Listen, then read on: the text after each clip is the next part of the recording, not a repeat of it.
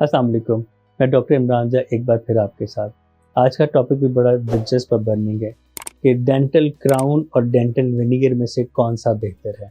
Topic पर जाने से पहले मेरे चैनल पे मौजूद तमाम वीडियोस को पूरा देखें, कमेंट करें, लाइक करें, शेयर करें और बेल आइकन पर दबाएं ताकि मेरी वीडियोस बर वक्त आप तक पहुँच सकें। एक बहुत बड़ा एक गलतफ़हमी या एक कन्फ्यूजन कहना ज़्यादा मुनासिब है कि मरीज़ से डिसाइड नहीं होता अगर उसका दाँत सामने से थोड़ा-सा बदरंग हो रहा है, उसके स्टेन्स पक्के हैं जो नहीं जा रहे हैं या उसका दाँत थोड़ा-सा बुरा हुआ है, उसकी शेप थोड़ी-सी सही नहीं है या दाँतों में गैप है, तो वो वेनियर करवाए या क्राउन करवाए। यहाँ मैं बताऊँ कि वेनियर और क्राउन में फ़र्क ये है कि वेनियर दाँत की सिर्फ़ सामने वाली सतह पे होता है, जो सामने नज़र आ रही है, और ये सामने के सिर्फ़ दाँतों पे होता है, ये पिछले दाँतों पे वेनियर नहीं लग सकता। दाढ़ें जिनको मोलर कहते हैं, जिनसे खाना खाया जाता है। अब फ़र्क क्या है? पहले मैं बताता हूँ आपको क्राउन क्या होता है और क्राउन के फ़ायदे क्या हैं। क्राउन पूरे दाँत को ग्राइंड कर दिया जाता है उसमें, और उसके पूरे के ऊपर एक कैप चढ़ा दिया जाता है जिसको हम क्राउन कहते हैं। कैपिंग या क्राउनिंग इस लिहाज से बेहतर है कि पूरे दाँत को कवर करती है और पूरे दाँत को डैमेज से बचाती है। दाँत को डैमेज किससे होता है?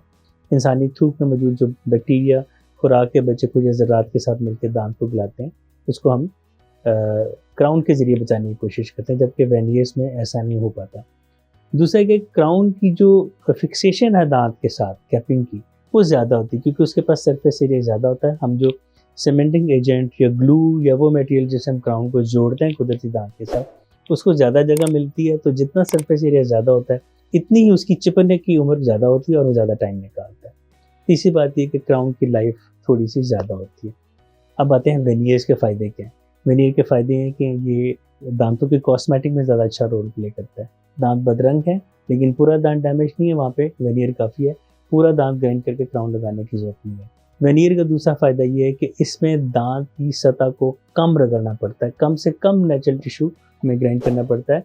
जैसे कि मैंने बताया, कैप में पूरा दाँत ग्राइंड करते हैं और वेनियर में सामने की सरफेस को हम ग्राइंड करते हैं।